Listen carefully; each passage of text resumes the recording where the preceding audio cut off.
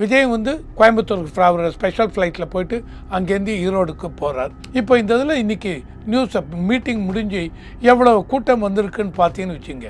இது வரைக்கும் என்ன பேசிகிட்டு இருந்தோம் அப்படின்னா, கரூர் இன்சிடென்ட்டுக்கு அப்புறம் வெளியில வந்து விஜய் அந்த அளவுக்கு பேசவில்லை. அதனால அவருக்கு இன்னும் அந்த கூட்டம் இருக்கிறதா, கரூர் இன்சிடென்ட்டுக்கு அப்புறம் மக்களுக்கு விஜய் மீது ஒரு நம்பிக்கை குறைந்து இருக்கிற மாதிரி இருக்கு. அதனால இவர் வெளியில வந்து ப்ரூவ் பண்ணால் ஒழிய எந்த எதிர்கட்சிகளும் எந்த கட்சிகளும் விஜயோட கூட்டணி சேர வேண்டும் அப்படின்னு நினைக்கிற கட்சிகள் ஆர் தலைவர்கள் விஜய் இதுக்கு போக மாட்டாங்க. So Vijay should prove himself. எந்த அளவுக்கு கூட்டம் அதிகமாக இருந்தது அப்படின்னா இது எதிர்கட்சிகள் எல்லாருக்கும் ஒரு நோட்டீஸ் கொடுக்குறாங்க. என்ன கொடுக்குறாங்கன்னா, விஜய் அவரை லேசாக எடுத்துக்கொள்ளாதீர்கள். மறுபடியும் விஜய் ப்ரூவ் பண்ணுறார் எனக்கு இந்த அளவுக்கு கூட்டம் இருக்கிறது அப்படின்னு. தேர்தல் நேரத்தில் விஜய் நீங்கள் லேசாக எடுத்துக்காதீங்க அப்படின்னு. இன்னைக்கு டிசம்பர் 18 தேதி தான் ஆறுது. பிப்ரவரி 15 வரைக்கும் எதிர்கட்சிகள் கூட்டணி அமைவதற்கு எல்லா இதுவும் இருக்கு. அதனால இந்த இதை பார்த்து ஆல்ரெடி செங்கோட்டையன் போயாச்சு, அவருக்கு பின்னாடி வேற ஒருத்தர் போய் ஜாயின் பண்ணார். இந்த மாதிரி விஜய் ஒரு சைசபிள் சங்க் ஆஃப் ஓட்ஸ், மெயினா 35 வயசுக்குள்ள 40 வயசுக்குள்ள இருக்கிற அவங்களுடைய ஓட்டு எல்லாத்தையும் விஜய் பிரிப்பார். அந்த மாதிரி பிரித்தால் யாருக்கு அடிபடும் என்றால் திமுக கழகத்துக்கு இதில் ஒரு அடிப்படை வாய்ப்பு இருக்கிறது. ஏன் சார் டிஎம்கேன்னு சொல்கிறீங்க, ஏடிஎம்கேன்னு ஏன் சொல்ல மாட்டேங்கிறீங்க, பிஜேபின்னு ஏன் சொல்ல மாட்டேங்கிறீங்க அப்படின்னா, விஜய் சொன்னது எங்களுக்கு அரசியல் ரீதியாக திமுக கழகம்தான் விரோதி. என்னை பொறுத்த வரைக்கும் எங்களை பொறுத்த வரைக்கும் திமுக கழகத்தை வெளியே அனுப்ப வேண்டும் பதவியிலிருந்து அப்படின்னு விஜய் பேசுகிறார். விஜய் திமுக கழகத்துக்கு தான் சவால் விடுறார். மைனாரிட்டி பார்க்கறச்ச கிறிஸ்தவர்கள் இவங்கெல்லாம் கொஞ்சம் விஜய் பக்கம் போகலாம், அந்த ஓட்டும் அடி வாங்கும். ஸோ அந்த மாதிரி போறச்ச விஜய்க்கு ஸ்ட்ரென்த் ஆறுது அப்படின்னா திமுக ஓட்டுக்கு பாதிப்பு கண்டிப்பாக.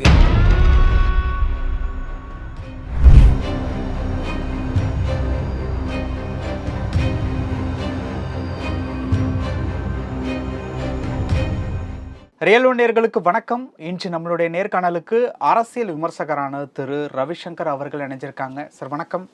வணக்கம். வணக்கம் சார். இப்போது இன்று காலை கொளத்தூர் தொகுதியில் முதல்வர் அவர்கள் வந்து மக்களை சந்திச்சிருக்காங்க. அதே நேரத்தில் அங்கே ஈரோட்டில் விஜயினுடைய மீட்டிங் நடந்துக்கிட்டு இருக்கு. ஸோ இந்த 2 இன்சிடெண்ட்டும் இன்று ஒரு நாளில் நடக்கிறது அப்படிங்கிறத எப்படி பார்க்குறீங்க? ஏன் அப்படின்னா, ஜெயலலிதா அம்மையாரினுடைய நினைவு நாளின் போது தாவேக்காவில் ஒரு பேச்சாளர் போய் இணைஞ்சார். அன்னைக்கு ஃபுல்லாக அந்த செய்தியாக தான் இருந்தது. அந்த நினைவு நாள் செய்தி மறைந்து போனது. அதே மாதிரி உதயநிதியினுடைய பிறந்தநாளின் போது அதிமுகவினுடைய இப்போ முன்னாள் அதிமுக அப்படின்ட்டு தான் சொல்லணும், மூத்த நிர்வாகி செங்கோட்டையன் தாவேக்காவில் இணைஞ்சது அந்த நியூஸாக தான் இருந்தது.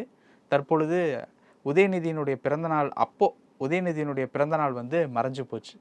இன்றைக்கும் அந்த மாதிரி ஆயிடக்கூடாது அப்படிங்கிறதுக்காக தான் இந்த கொளத்தூர் சந்திப்பு அப்படிங்கிற மாதிரி எடுத்துக்கலாமா, இல்லை ஈரோடின் போது இந்த இன்சிடென்ட் நடந்தது கோ இன்சிடென்ட்டா? இது கோ இன்சிடென்ட்ஸ் தாங்க நான் பார்ப்பேன். ஏன்னா கொளத்தூருங்கிறது அந்த கான்ஸ்டிடியூவன்சியில் அவர் போன இடத்துல கூட்டம் இருக்கிறது, முதல் மந்திரி போகிற இடத்துல. அதனால் முதல் மந்திரின்னு வரும்பொழுது கூட்டம் இருக்கலாம், அவர் மக்களுக்கு அவர் மேலே இருக்கிற இது. ஆனால் இந்த கூட்டத்தை வச்சு இது ஈரோடு இதோட பார்க்கக்கூடாது, பார்க்க மாட்டேன். முதல்வர் மக்களை பார்க்க வந்திருக்கிறார். ஈரோடில் கூட்டம் இருக்குது, அதை மறைப்பதற்காக இவங்க வராங்களா அப்படின்னு சொல்ல மாட்டேன். அப்படி ஒருவேளை கொளத்தூரில் ஈரோடில் வர அளவுக்கு கூட்டம் இல்லாமல் போயிடுச்சுன்னு வச்சுங்க, அப்போ அது வேறு மாதிரி பேச்சுக்கு இடம் கொடுக்கும். அதனால் இது ஒரு கோ இன்சிடென்ஸாக தான் நான் பார்க்குறேன். முதல்வர் வந்திருக்கார், கூட்டம் இருக்கிறது, ஃபோட்டோஸ் போட்டிருக்காங்க, வெளிநடுகளும் மக்கள் இருக்காங்க. ஆனால் சிலர் சொல்கிறது இன்னும் கூட அதிகமாக இருந்திருக்கலாமே அப்படின்னு சிலர் பேசுகிறாங்க. ஆனால் மக்கள் இருந்து முதல்வருக்கு வரவேற்பு கொடுக்குறாங்க. ஆனால் இந்த பக்கத்தில் பார்த்தீங்கன்னு வச்சுங்க, ஈரோடில் பார்த்தீங்க அப்படின்னா இவங்க சொல்கிறது கட்டுக்கடங்காத கூட்டம் வந்துட்டுருக்கு. அதாவது 9:30 மணிக்கு மேலே தான் இவங்க வரணும்னு சொன்ன இடத்துல 8 மணிலேருந்தே கூட்டம் வர ஆரம்பித்து விட்டது அப்படின்னு போட்டிருக்காங்க.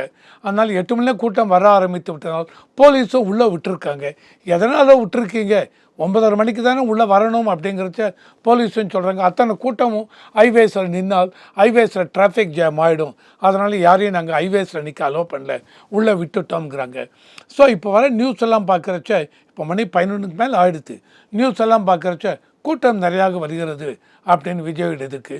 விஜய் கோயம்புத்தூருக்கு அவரோட ஸ்பெஷல் ஃப்ளைட்டில் போயிட்டு அங்கேருந்து ஈரோடுக்கு போகிறார். இப்போ இந்த இதில் இன்றைக்கி நியூஸ் மீட்டிங் முடிஞ்சு எவ்வளோ கூட்டம் வந்திருக்குன்னு பார்த்தீங்கன்னு வச்சுங்க. இது வரைக்கும் என்ன பேசிகிட்டு இருந்தோம் அப்படின்னால், கரூர் இன்சிடெண்ட்டுக்கு அப்புறம் வெளியில் வந்து விஜய் அந்த அளவுக்கு பேசவில்லை. அதனால் அவருக்கு இன்னும் அந்த கூட்டம் இருக்கிறதா, கரூர் இன்சிடெண்ட்டுக்கு அப்புறம் மக்களுக்கு விஜய் மீது ஒரு நம்பிக்கை குறைந்து இருக்கிற மாதிரி இருக்குது. அதனால் இவர் வெளியில் வந்து ப்ரூவ் பண்ணால் ஒழிய எந்த எதிர்க்கட்சிகளும் எந்த கட்சிகளும் விஜயோட கூட்டணி சேர வேண்டும் அப்படின்னு நினைக்கிற கட்சிகள் ஆர் தலைவர்கள் விஜய் இதுக்கு போக மாட்டாங்க. So Vijay should prove himself. மறுபடியும் இந்த மாதிரி ஒரு கூட்டத்தை கொண்டு வர பார்க்கணும். அப்படி வந்தால்தான் விஜய் மீது மக்களுக்கு நம்பிக்கை இருக்குது அப்படின்னு பேசுவாங்க. அப்படின்னு பார்க்குறச்சு இன்றைக்கி விஜயுடைய இந்த கூட்டம் இது வரைக்கும் வந்த நியூஸ் பிரகாரம் பார்க்குறச்ச நிறைய பேர் வராங்க. இவங்க எதிர்பார்த்ததை விட கூட்டம் அதிகமாக வந்து அதான் பிரச்சனையோ இருக்கலாம். யாருக்கு பிரச்சனை? யாருக்கு அந்த பிரச்சனையை சொல்கிறேன். இவர் எதிர்பார்த்ததை விட கூட்டம் அதிகமாக வந்து கொண்டு இருக்கிறதுன்னு சொல்கிறாங்க. மீட்டிங் முடிஞ்சதுக்கு அப்புறம் தான் தெரியும் எவ்வளோ எதிர்பார்த்தாங்க, எவ்வளோ பேர் கூட்டம் வந்திருக்குன்னு. ஆனால் இவங்க எதிர்பார்த்ததை விட கூட்டம் அந்த அளவுக்கு, போலீஸ் எவ்வளோ பர்மிஷன் கொடுத்தாங்க, எவ்வளோ கூட்டம் வருது, கட்டுக்கடங்காத கூட்டம் வந்திருக்கு அப்படின்னா ஒரு இதை கூட பார்த்தோம் ஃபோட்டோஸ். இப்போ இதில் அதாவது அந்த கூட்டத்தில் வந்து போலீஸ் மோப்பனாயை கொண்டு வந்து வெடிகுண்டு இதெல்லாம் இருக்கான்னு சோதனை பண்ணார்கள், அதையும் பார்த்தேன். ஸோ எந்த அளவுக்கு கூட்டம் அதிகமாக இருந்தது அப்படின்னா இது எதிர்க்கட்சிகள் எல்லாருக்கும் ஒரு நோட்டீஸ் கொடுக்குறாங்க. என்ன கொடுக்குறாங்கன்னா, விஜய் அவரை லேசாக எடுத்துக்கொள்ளாதீர்கள், மறுபடியும் விஜய் ப்ரூவ் பண்ணுறார் எனக்கு இந்த அளவுக்கு கூட்டம் இருக்கிறது அப்படின்னு. தேர்தல் நேரத்தில் விஜய் நீங்கள் லேசாக எடுத்துக்காதீங்க அப்படின்னு. இன்றைக்கி டிசம்பர் 18 தேதி தான் ஆறுது. பிப்ரவரி 15 வரைக்கும் எதிர்க்கட்சிகள் கூட்டணி அமைவதற்கு எல்லா இதுவும் இருக்குது. அதனால் இந்த இதை பார்த்து ஆல்ரெடி செங்கோட்டையன் போயாச்சு, அவருக்கு பின்னாடி வேற ஒருத்தர் போய் ஜாயின் பண்ணார். இந்த மாதிரி எதிர்க்கட்சியிலிருந்து தலைவர்கள் எக்ஸ்-எம்எல்ஏ இவங்கெல்லாம் போனான்னு வச்சுங்க, இந்த கூட்டமும் இருக்குது அப்படிங்கிறச்ச விஜய் ஒரு பெரிய சக்தியாக மாறிவிடுவார். அந்த மாதிரி இருக்கிறச்ச சார் இவ்வளோ கூட்டம் வருது, மக்களுக்கு இவர் மேலே இவ்வளோ நம்பிக்கை இருக்குது, இத்தனை இளைஞர்கள் அத்தனை பேரும் விஜய்க்கு தான் ஓட்டு போட போகிறாங்க.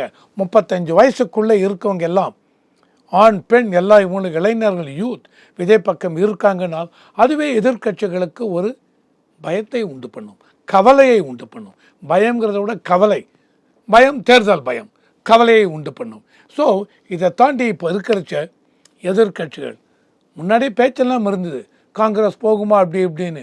அதுக்கப்புறம் இப்போ ரீசெண்டாக செல்வ பெருந்தகை அவர்கள் ஒரு ஸ்டேட்மெண்ட் விட்டாங்க, இல்லை எக்காரணத்தை கொண்டும் நாங்கள் திமுக விட்டு போக மாட்டோம் அப்படின்னு கொடுத்துருக்காங்க. ஸோ அப்போ காங்கிரஸ் திமுக கூட்டணி விட்டு போகாதுன்னு எடுத்துக்கலாமா, விசிகே போகாதுன்னு எடுத்துக்கலாமா? ஆனால் எந்த கட்சியும் போகவில்லை என்றாலும் விஜய்க்கு இந்த அளவு கூட்டம் வரும்பொழுது என்ன ஆகும் அப்படி என்றால், விஜய் ஒரு சைசபிள் சங்க் ஆஃப் ஓட்ஸ், மெயினாக 35 வயசுக்குள்ளே ஆர் 40 வயசுக்குள்ளே இருக்கிற அவங்களுடைய ஓட்டு எல்லாத்தையும் விஜய் பிரிப்பார்.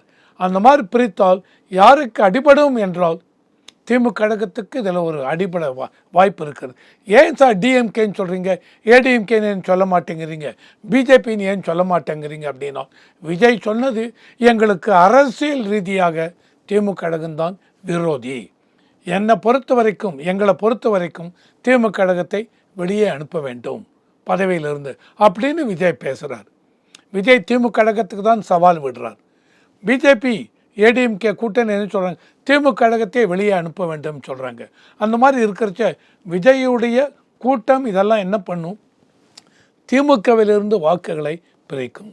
அந்த மாதிரி மைனாரிட்டிஸ் பார்க்குறச்ச கிறிஸ்தவர்கள் இவங்கெல்லாம் கொஞ்சம் விஜய் பக்கம் போகலாம், அந்த ஓட்டும் அடி வாங்கும். ஸோ அந்த மாதிரி போகிறச்ச விஜய்க்கு ஸ்ட்ரென்த் ஆறுது அப்படின்னால் திமுகவுடைய ஓட்டுக்கு பாதிப்பு கண்டிப்பாக இருக்கும். Now it's going to be a 4 corner. இது அங்கே தான் வந்து நிற்கிது. ஆமாம், 4 முனை போட்டி ஆகிடுறது. டிஎம்கே, என்டிஏ, இவங்க டிவிகே, சீமானுக்கு ஆல்ரெடி 8% ஓட்டு இருக்குது, அதிலிருந்து ஃபர்தராக குறையாது. விஜயோடைய சீமான்லேருந்து எல்லாத்தையும் இழுப்பாங்களா, எனக்கு அந்த அளவுக்கு சொல்ல முடியல. சீமான் அப்படிங்கிறச்ச அவருக்குன்னு ஒரு தனி இதுவாக இருக்குங்க, அவருடைய ஸ்பீச்சு அதெல்லாம் பார்த்து அந்த அளவுக்கு மக்கள் அவன் பின்னாடி இளைஞர்கள், மெயினாக இளைஞர்கள் அவருக்கும் போகிறாங்க சீமானுக்கு. ஸோ அதனால் 4 முனை போட்டின்னு வரும்பொழுது வாக்குகள் சிதறப் போகிறது. அதனால் விஜய்க்கு எவ்வளோ பர்சன்டேஜ் வரப்போகிறது. ஏன்னா ஆல்ரெடி இவங்களுக்கு பார்த்தீங்கன்னு வச்சுங்க, லாஸ்ட் எலெக்ஷன் பிரகாரம் பார்த்தீங்கன்னு வச்சுங்க, அவர் பார்லிமெண்ட் எலெக்ஷன் பிரகாரம் பார்த்தீங்கன்னா 45% திமுக கூட்டணி, திமுக, காங்கிரஸ், விசிகே, கம்யூனிஸ்ட் பார்ட்டிஸ், அப்புறம் அந்த மனிதர்கள் இந்த இது அவங்க இஸ்லாமியர் இது அவங்க இதெல்லாம் பக்கத்து 44-45% ஓட்டு பார்லிமெண்ட். இப்போ இந்த இடத்த பொறுத்த வரைக்கும் வந்து விஜய்க்கு இந்த மாதிரியான ஒரு இடம் இருக்கு அப்படிங்கிறது ஓகே. அது டிஎம்கே ஓட்டுலேருந்து மட்டும்தான் கன்வெர்ட் ஆக போகுதா இல்லை ஏடிஎம்கே பக்கமும் ஏதாவது லாஸஸ்? அதுக்கு தான் முன்னாடி நான் சொன்னேன், மேஜர் சங்க் வந்து டிஎம்கேல இருந்தால் போகும். எதனால் அப்படின்னா விஜய் சொன்னது டிஎம்கே எங்களுடைய அரசியல் எதிரின்னு சொல்லிட்டார். அண்ட் ஏடிஎம்கே பொறுத்த வரைக்கும் எந்த விதத்திலும் விஜய் தாக்குதல் பண்ணவில்லை. ஏடிஎம்கே பொறுத்த வரைக்கும் தாக்கியோ எடப்பாடியை தாக்கியோ அவர் பேசவில்லை. மேபி உள்ளுக்குள்ளே ஒரு அண்டர் கரண்ட் இருக்கலாம், அண்டர்ஸ்டாண்டிங் இருக்கலாம். ஸோ நாளைக்கே இந்த 4 முனை போட்டி பிரகாரம் ஓட்டுகள் சிதறிவிட்டால் எந்த கட்சிக்கும் கூட எந்த அளவுக்கு 118 மினிமம் வரணும் ஆட்சி அமைக்கிறதுக்கு. 118 வராமல் தொங்குது அமைஞ்சால் அப்போ விஜய்க்கு ஏதாவது கட்சி இப்போ எம்எல்ஏஸ்லாம் கிடச்சுன்னு வச்சுங்க, அவங்க கண்டிப்பாக ஏடிஎம்கே பக்கம் சப்போர்ட் பண்ணுவாங்களை ஒழிஞ்சு டிஎம்கேக்கு சப்போர்ட் பண்ண மாட்டாங்க. அங்கே தான் என்டிஏ இருக்கு, பிஜேபி இருக்கு, பிஜேபி இருக்கு. கொள்கை எதிரி அவங்க தானே, கொள்கை எதிரி அவங்க தான். ஆனால் இந்த எதிரி அவங்க அரசியல் எதிரி. அதனால் டிஎம்கே பக்கம் போய் டிஎம்கே சார் அவங்க சொன்னது என்ன, டிஎம்கேவை ஆட்சியை விட்டு வெளியில் அனுப்பணும் விஜய் சொல்கிறார். நாளைக்கு தொங்கு சபை வருது அப்படின்னால் அதில் வந்து விஜயோட ஓட்டு தேவைப்படும் காட்சி அமைக்கிறதுக்குனால் அப்போ அவர் டிஎம்கேக்கு சப்போர்ட் பண்ணுவாரா, ஏடிஎம்கே பிஜேபிக்கு சப்போர்ட் பண்ணுவாரா? அந்த மாதிரி பார்க்குறச்ச உங்களுடைய எய்ம் திமுக கழகத்தை ஆட்சியை விட்டு அனுப்பணும்னு அவர் இருந்தால் அப்போ இந்த பக்கம்தான் வருவார். ஆனால் இந்த பக்கம் நான் வரமாட்டேன், எந்த பக்கம் வரமாட்டேனால் யாருமே மினிஸ்ட்ரியை ஃபார்ம் பண்ண முடியாது, தொங்கு சபையாக தான் இருக்கும். இதுதான் முக்கியம். ஸோ விஜயுடைய இந்த மீட்டிங் இன்னைக்கு முடிஞ்சு வெளியில் வரும்பொழுது அது வந்து எப்படி இருக்க போகிறது அப்படிங்கிறது அதை பொறுத்து தான் விஜய்க்கு ஃபர்தராக கூட கட்சிகள் கூட்டணி இப்போ இருக்க கூட்டணி உடைந்து இன்னும் இந்த கூட்டணி என்டிஏ கூட்டணி முடிவாகவில்லை. பிஎம்கே, டிஎம்டிகே இவங்க எந்த பக்கம் போகிறாங்க? காங்கிரஸை விட்டுட்டீங்க. காங்கிரஸ் முன்னாடி சொன்னேன், என்ன சொன்னேன், செல்வா பிறந்தக 2 நாளைக்கு முன்னாடி சொன்னார், நாங்கள் இந்த கூட்டணி டிஎம்கே கூட்டணியில் தான் இருப்போம், இதை விட்டு போக மாட்டோம்னார். ஆனால் அரசியல் எப்படி வேணாலும் இருக்கலாம் சார். அரசியலில் இன்றைக்கி ஒன்று பேசுவாங்க, நாளைக்கு இல்லை மக்கள் இதைத்தான் விரும்புகிறார்கள் அதனால் நான் போகிறோம் அப்படின்னு சொல்லலாம். எவ்ரிதிங் டிபெண்ட்ஸ் ஆன் இந்த ஈரோடு மீட்டிங் விஜய் போடுறது, இதுக்கு அடுத்தது என்ன மீட்டிங் போட போகிறார், அங்கே எவ்வளோ கூட்டம் வரப்போகிறது, அந்த கூட்டத்தை எல்லாம் வச்சு தான் அடுத்த கூட்டணி விஜயோட எந்தெந்த கட்சிகள் போக போகிறது அந்த கூட்டணி இதுவாகும். அந்த கூட்டணி முடிவாகி விட்டது. ஜனவரி எண்டு பிப்ரவரியில் கூட்டணி, இதுக்கு மேலே கூட்டணியில் யாரும் எந்த கூட்டணி விட்டு வெளியில் போக மாட்டாங்கன்னு முடிவாயிடுத்தினால் அன்றைக்கி நம்ம சொல்லலாம் இந்த 4 முனை போட்டியில் எந்த கட்சிக்கு என்ன ஒரு வாய்ப்பு இருக்குன்னு. ஓகே, இப்போது முதல்வர் அவர்கள் கொளத்தூரில் பேசும்போது ஒரு விஷயம் வந்து சொல்லியிருக்கார், 10 நாளைக்கு ஒரு முறை கொளத்தூர் தொகுதிக்கு வந்தால்தான் எனக்கு முழு திருப்தி ஏற்படுகிறது. கொளத்தூர் என்று பெயர் சொன்னாலே சாதனை அல்லது ஸ்டாலின் என்று தான் சொல்வார்கள். சென்னை கொளத்தூரில் 25.72 கோடியில் கட்டப்பட்டுள்ள அண்ணா திருமண மாளிகையை திறந்து வைத்து முதலமைச்சர் மு.க. ஸ்டாலின் பேச்சு அப்படிங்கிற மாதிரி சொல்லியிருக்காங்க. ஓகே, எப்படி பார்க்குறீங்க? 10 நாளைக்கு ஒரு தடவை போகிற மாதிரி தெரியுதா? இல்லைங்க, எனக்கு அந்த டீட்டெயில் இல்லைங்க. இவர் எவ்வளோ தடவை விசிட் பண்ணார், என்ன பண்ணார், டீட்டெயில் இல்லை. இப்போ ஒரு வார்த்தை சொல்லியிருக்காருல்ல, கொளத்தூர்னாலே ஸ்டாலின் அல்லது சாதனை அப்படிங்கிற பேர் தான் வருது. அப்போ என்ன, அப்போ 26லையும் கொளத்தூர் தான் அவர் நிற்க போறாரு அப்படின்ட்டு சிம்பாலிக்கா சொல்றாரா? கண்டிப்பாங்க. ஏன்னா அந்த தொகுதியில் நின்னார், அந்த தொகுதி விட்டு வேறு தொகுதிக்கு போக வேண்டிய அவசியம் இல்லை. ஆனால் கள நிலவரம் என்ன இருக்குன்னு பார்த்து அந்த நிலவரத்தை பிரகாரம் 2 தொகுதியில் கூட நிற்கலாம், தெரியாது. இது வந்து பெரிய ஆச்சரியம் ஒன்றும் இல்லை.